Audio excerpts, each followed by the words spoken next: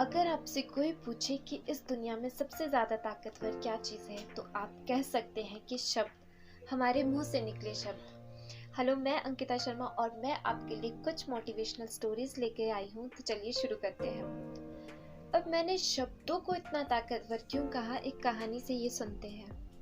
एक चीता, या कह सकते हैं चीते का बच्चा, पहली बार शिकार के लिए निकला। काफ़ी एक्साइटेड था। वो शिकार के लिए जा ही रहा था कि रास्ते में एक लक्कड़ बग्घे ने उससे पूछ लिया, अरे छोटू, कहाँ जा रहे हो? तो उसने भी काफी एक्साइटमेंट के साथ बताया कि चाचा, मैं ना आज शिकार के लिए जा रहा हूँ खुद से। ये सुनकर चीता उसकी हंसी उड़ाते हुए बोला, क्या तुम शिकार पर जाओगे? इतने से तो हो तुम, कुछ होगा वोगा नहीं तुमसे, अपनी एनर्जी वेस्ट करके वापस आ जाओगे। अब ये सुनकर उसका मुंह तो इतना सा हो गया।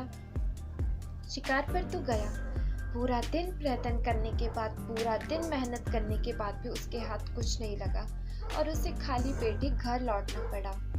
अगले दिन उसने फिर कोशिश की, उसने फिर हिम्मत जुटाई कि एक बार फिर कोशिश की जाए शिकार पर जाने की। आज शिकार के लिए जा ही रहा था कि रास्ते में बंदर ने पूछ लिया, छोटू, कहाँ जा रहे हो?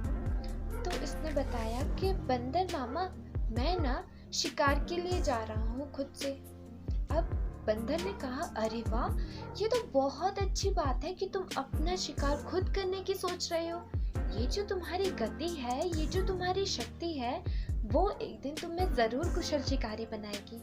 जाओ, मेरी सभी शुभकामनाएं तुम्हारे साथ है। अब क्या था, ये सुनकर उसके अंदर एक नई एनर्जी, एक नई स्फूर्ति आ गई। और जब ये शिकार के लिए गया तो इसने एक छोटे से हिरन का शिकार भी कर लिया।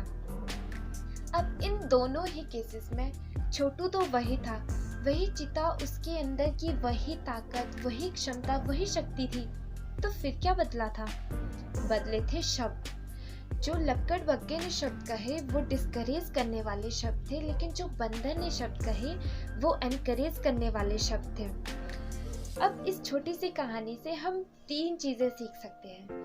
पहली तो ये कि जब हम किसी से भी बात करें तो ध्यान रखें कि हमारे शब्द किसी को डिस्करेज करने वाले ना हो, किसी पे नेगेटिव इफेक्ट डालने वाले ना हो। जितना हो सके दूसरों को एनकरेज कीजिए। हाँ, मैं ये नहीं कहती कि आप किसी को झूठ कहिए, लेकिन अगर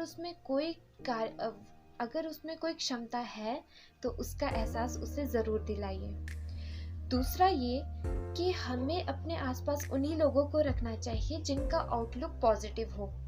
जब वो आपसे बात करे तो वो मोस्टली पॉजिटिव वर्ड्स का ही यूज़ करते हो। और तीसरा और सबसे इम्पोर्टेंट बात, कि जब आप खुद से बात करें, जब आप खुद से टॉक करें, तो आप किन शब्दों का प्रयोग करते हैं ये बहुत ज़्यादा मैटर करता है।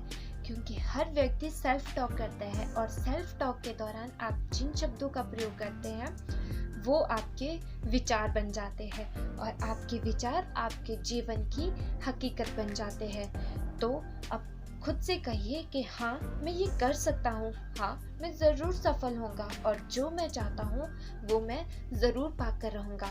और इसी पॉजिटिव तरीके से खुद से बात करके देखिए और फिर इन शब्दों का चमत्कार देखिए।